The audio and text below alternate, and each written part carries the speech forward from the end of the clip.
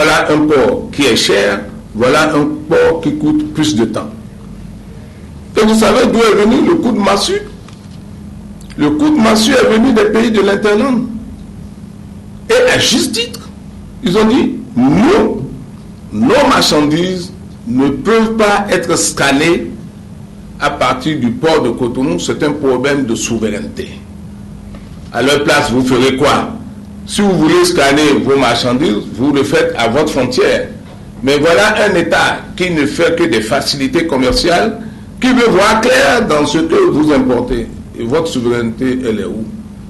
Et ils ont été les premiers à dire, niet, nos marchandises ne seront plus scannées. Mais, et vous comprendrez, que sans ça, le PVI devient un problème. Il devient un problème, pourquoi? Parce qu'il n'est plus rentable. L'investissement est lourd, très lourd. Comment peut-on faire ce gros investissement uniquement pour les marchandises qui viennent au Bénin? Les problèmes que je pose, vous les comprendrez, c'est-à-dire que l'économie du contrat est déjà bouleversée par ce seul élément.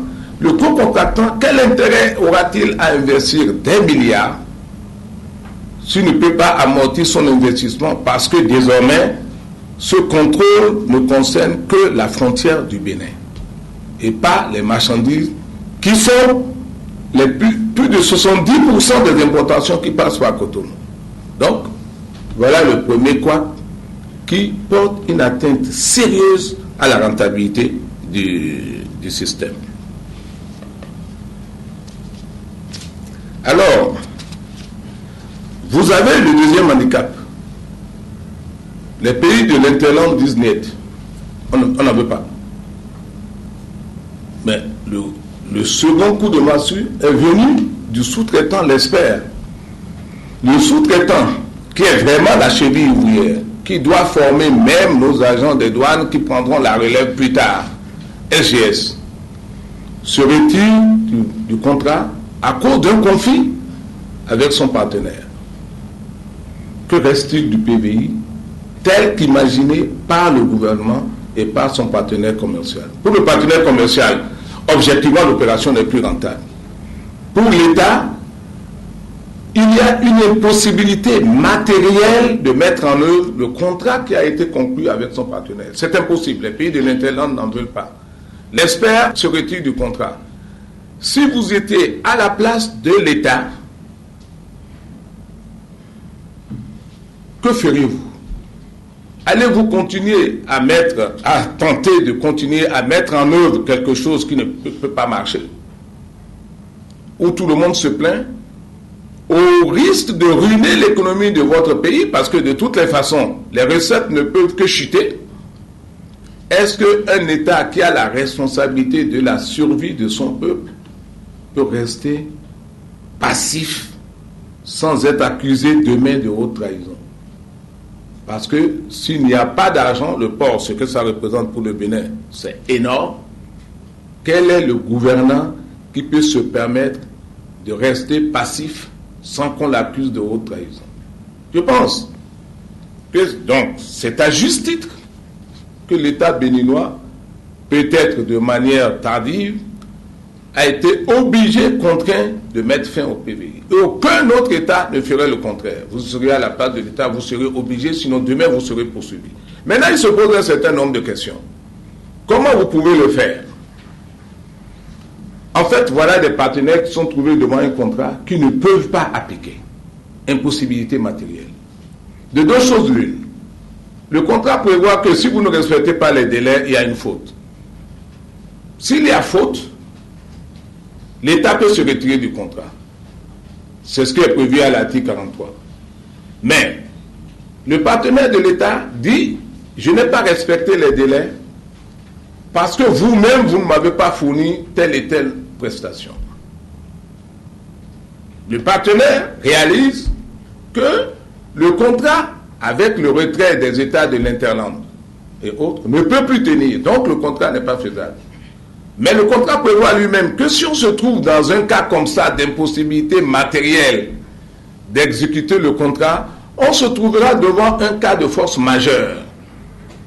Et dans ce cas, chaque partenaire a le droit de se retirer du contrat. Donc, la première mesure prise par le gouvernement de suspendre l'exécution du contrat est tout à fait légale et même obligatoire, mais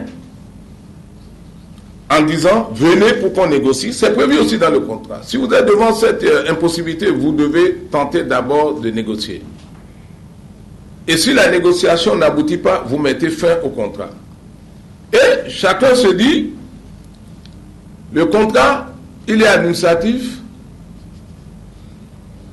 ou il n'est pas administratif. Ça n'a pas vraiment d'importance, mais je vous affirme qu'il est indiscutable juridiquement que ce contrat est un contrat administratif. Je vous donne les indications. Vous êtes vous-même, vous savez lire et écrire en tant que journaliste. Je vous renvoie à une source. Allez sur votre ordinateur, tapez sur Google, tapez contrat administratif. Vous verrez les conditions qui font d'un contrat un contrat administratif. Il y a 4 conditions essentiellement. Le partenaire, si c'est l'État, le contrat est administratif. Mieux, si ce n'est pas clair que c'est l'État, la mission qui doit être exécutée doit être une mission de service public. Et lorsque on veut renforcer l'administration douanière, est-ce qu'il y a plus de mission de service public que la douane? Ça, c'est encore une condition indépendante. Troisième condition indépendante. Lorsque, pour qu'un contrat soit administratif, il suffit que ce contrat contienne des prérogatives exorbitantes qui dérogent au droit commun. Dans ce contrat, on a prévu que l'État pouvait se retirer et annuler le contrat pour faute. Ça déroge au droit commun.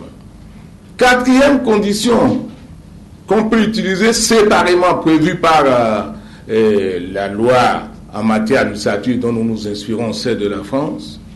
Je vous le dis par cœur parce que c'est tellement facile et tout bon juriste le connaît. Lorsque vous avez un contrat avec l'administration, que ce contrat prévoit que des taxes payées par les particuliers vous sont versées directement, c'est l'État qui peut seul percevoir les taxes. Mais si l'État déroge et prévoit que les taxes vous sont versées directement, c'est un contrat administratif. Mais la loi va plus loin. Non seulement votre contrat à vous est administratif, mais si vous signez un autre contrat avec un particulier, un contrat de sous-traitance, pour faire une partie de ce que l'administration vous a confié, ce contrat-là aussi est administratif. Donc, il n'y a pas que vous, les gens avec lesquels vous traitez aussi pour ce marché, signent des contrats administratifs. Donc, comme je vous l'ai dit, sur la nature administrative du contrat, il n'y a pas de doute. Le seul problème qui peut se poser, c'est le problème où l'on dit si le contrat est administratif, on ne peut pas accepter l'arbitrage. Un État, selon OHADA, peut accepter de soumettre son litige à un règlement arbitral, s'il le décide. Mais en fait, que fait l'arbitre? OHADA dit lui-même que l'arbitre ne pourra jamais se pencher sur les motivations de l'État pour remettre en cause le contrat. Et je vous lis un peu ce que dit OHADA sur la question. Ils sont clairs, ils disent: l'arbitrage accepté par l'État ne peut concerner l'exercice d'une prérogative de puissance publique. L'arbitre ne peut juger de la validité ou de l'opportunité des mesures prises par un État dans l'exercice de ses prérogatives de puissance publique. C'est-à-dire que l'arbitre n'a d'autre rôle que de se pencher sur l'indemnisation du partenaire. Et il faudrait que ce soit compris de manière claire. Le contrat ne pouvant pas être exécuté devant l'impossibilité matérielle, les deux partenaires doivent se voir